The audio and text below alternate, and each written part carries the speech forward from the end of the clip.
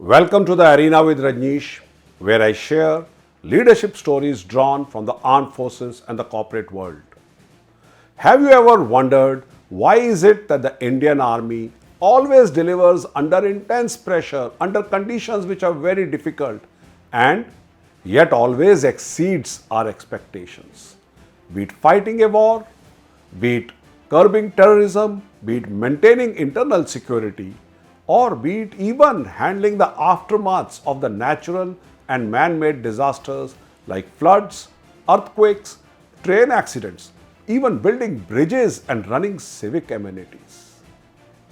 And while there are many reasons, many strong reasons why such kind of a performance is delivered by the armed forces, reasons like exemplary leadership, training, discipline, motivation, planning, patriotism, and above all, that never say die attitude of the armed forces.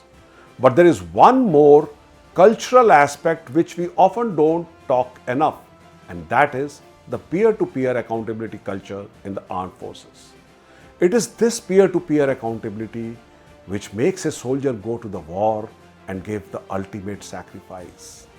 It is not just for the nation, not just for the flag, not just for his Paltan or his unit, but it also much more for his team and for the people with whom he lives day in and day out and with whom he fights the war.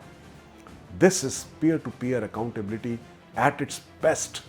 And interestingly, the seeds of this peer-to-peer accountability are sown in the DNA of the officers' cadre much earlier in the nascent training years at the National Defence Academy.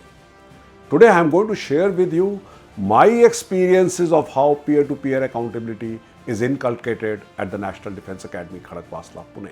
In the NDA, cadets are divided into 18 squadrons. Each squadron has about 125 odd cadets. A squadron is something similar to what we have as a house in a school or a college.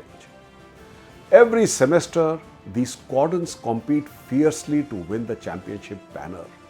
This championship banner is awarded to the squadron which performs the best in various activities like academics, military training, physical training, and a number of sports activities which include cross-country, football, hockey, basketball, volleyball, and other activities like boxing, swimming, you name it, and it's there. And it is in these competitions that the spirit of peer-to-peer accountability is built in NDA by not just focusing on individual brilliance, but on creating a culture where collective performance of the squadron matters. Let's take, for example, the cross-country. In a cross-country competition, all cadets of the squadron have to participate. The performance of each of those 125 cadets of the squadron matters in winning that title. And therefore, the weak performers' results are equally important as the top performers. And during the cross-country final run, which is at the Glider Dome at NDA, it is a common sight to see strong runners stepping back, bunching the pool of weak runners, pushing them, motivating them, and if required, carrying them on their shoulders, because collective performance of the squadron is what wins. Similarly, in other activities like academics, you will find brilliant students taking their time out and coaching those who are weak in studies and need improvement. As also, those who are very good in physical training related activities, sacrificing their coveted afternoon nap and going to the PT fields and spending time with those who are wanting to improve in their physical training performance. And the most interesting part is how the various sports activities like football, hockey are organized. You know, a squadron just doesn't field its best 11 for the competition.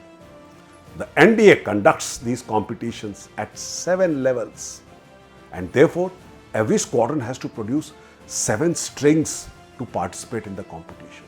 Each of these strings competes against each other, and then the points are decided as to which squadron does the best.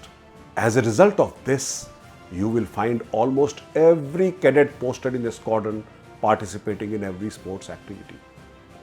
And it's not an unusual thing to see people who have never played a sport in their life learning the basics and the skills of the game from those who are experts, and also going out to the field and giving their best so that their squadron performance does not get compromised. I recall that I was personally in the hockey team playing in the 7th string as the goalkeeper.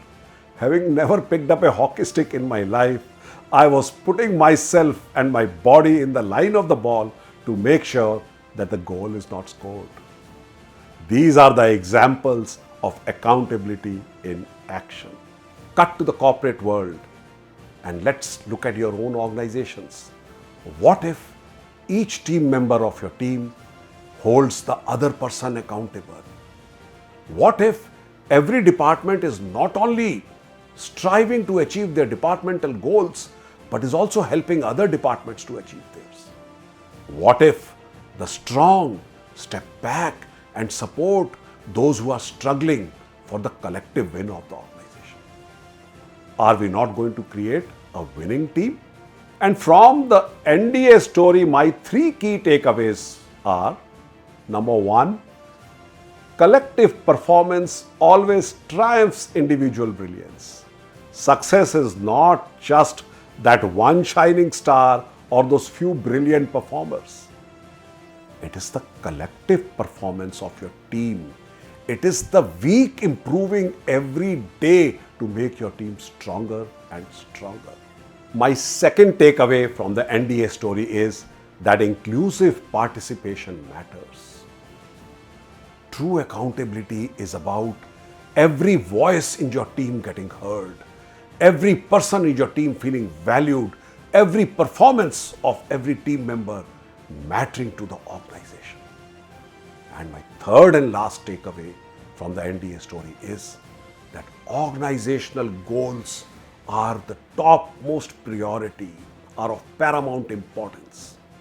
Your personal goals, your team's goals, your department's goals, all must contribute to the organization achieving its goals. So to conclude, my question to you today is, in your teams, are people only accountable to their bosses, to their supervisors, or are they accountable to each other?